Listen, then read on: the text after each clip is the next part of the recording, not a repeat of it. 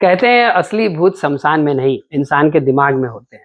बस इसी बात पर आधारित है आज की कहानी। नमस्कार दोस्तों, आपका स्वागत है आपके अपने यूट्यूब चैनल पर और मैं जिग्नेश एक बार फिर आपके लिए लेकर आया हूँ एक नई कहानी।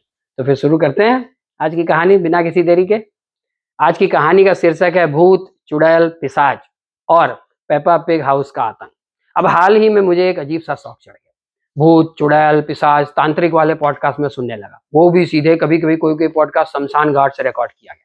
अब माहौल इतना हंसी लगता था कि कान में जैसे ही हेडफोन लगते थे और ध्वनि आती थी तो आत्मा बाहर आ जाती थी। मैं बड़े मजे से ये सब सुनता था और एक दिन मैंने अपने पत्नी को भी इस खतरनाक मनोरंजन में शामिल कर लिया। बस फिर क्या था, हमारा नया रूटीन बन गया। रात को सोने से पहले डरावने पॉडकास्ट, फिर डर डर के सोना। कुछ दिनों में असर दिखने लगा। मुझे सपनों में चुड़ैलें दिखती थी, कोई पिशाच मेरा पीछा कर रहा है, तो कभी मैं शमशान घाट में इंटरव्यू दे रहा हूँ।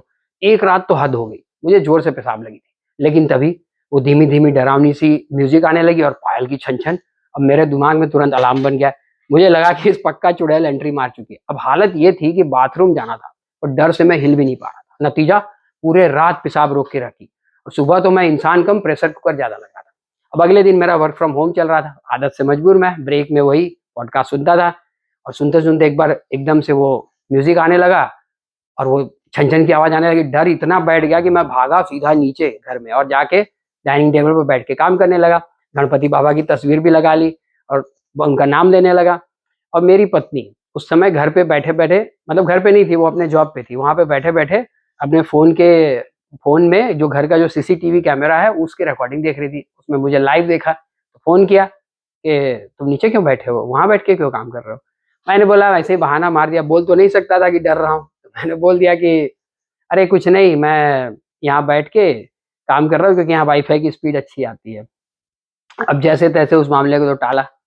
फिर रात को फिर वही, जब आई वो, हम लोग खाना वाना खा के फिर जब सोने गए तो वही फिर से पॉडकास्ट सुनना शुरू कर दिया और फिर से वही डरावना सा म्यूजिक और वो छन छन की आवाज। अब हम दोनों की तो हालत खराब हो गई।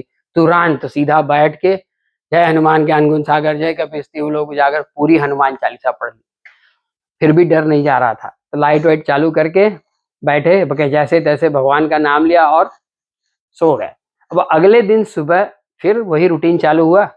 मैं अपनी जॉब पे बैठा था, लेकिन मैं क्या देखता हूँ कि एक पेपा पिग एक खिलौना है, मतलब एक कार्टून है, ब्रिटिश कार्टून। वो मेरी बेटी बहुत देखती थी तो उसके हर तरह के खिलौने हमारे पास थे। तो जब वो मेरी बेटी छोटी थी उस समय एक पेपा पिग किचन हमने खरीदा था। तो अब आपके बच्चे, जब आपको पता होगा, अगर बड़े हो जाते हैं तो उनके खिलौने घर में एक कोने में हम रख देते हैं, वो यादगिरी के तौर पे। वो फेंकने का भी मन नहीं होता क्योंकि बच्चों की यादें जुड़ी हैं। और वो बच्चे, अगर किसी दूसरे का कोई छोटा बच्चा आता है तो वही खिलौने लेके खेलता है। तो कुछ दिनों पहले मेरे साले का बेटा आया था और कियान नाम है उसका, छोटा सा शैतान है बहुत। वो खिलौने से खेल रहा था। शायद उसने वो अंदर कोई म्यूजिक वाली स्विच होगी वो पेपा पिग टॉय में, वो चालू रख दी। हमें तो पता ही नहीं था, पहली बार पता चला कि ऐसी स्विच आती है उसमें। और मैं देख रहा हूँ उसी में से वो म्यूजिक आ रहा था और हंसने की आवाज आ रही थी, वो पेपा पिग के हंसने की आवाज।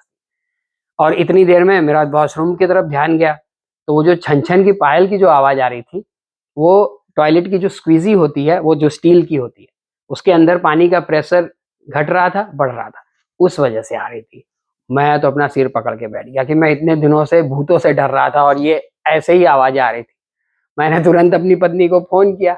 मैंने बोला, अरे जिगी, पता है वो जो आवाजें आ रही थी ना 2-3 दिन से, कोई भूत ऊत नहीं था, ये तो वो खिलौना था और वो टॉयलेट की स्क्वीजी थी अंदर की।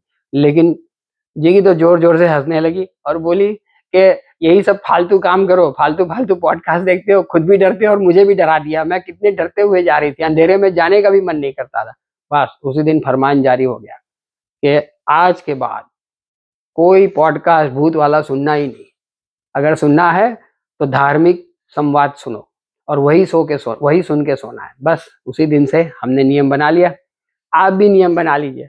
अगर ये पॉडकास्ट सुनते हैं तो अपने घर के अंदर चीज़ों का अच्छे से निगरानी कर लीजिएगा कि कहीं आपके साथ भी ऐसा कुछ हादसा ना हो जाए। तो ये थी आज की कहानी। आशा करता हूँ कि आपको पसंद आई होगी। तो वीडियोस को लाइक कीजिए, चैनल को सब्सक्राइब कीजिए और दूसरों के साथ शेयर कीजिए। फिर मिलते हैं अगली कहानी के साथ। धन्यवाद।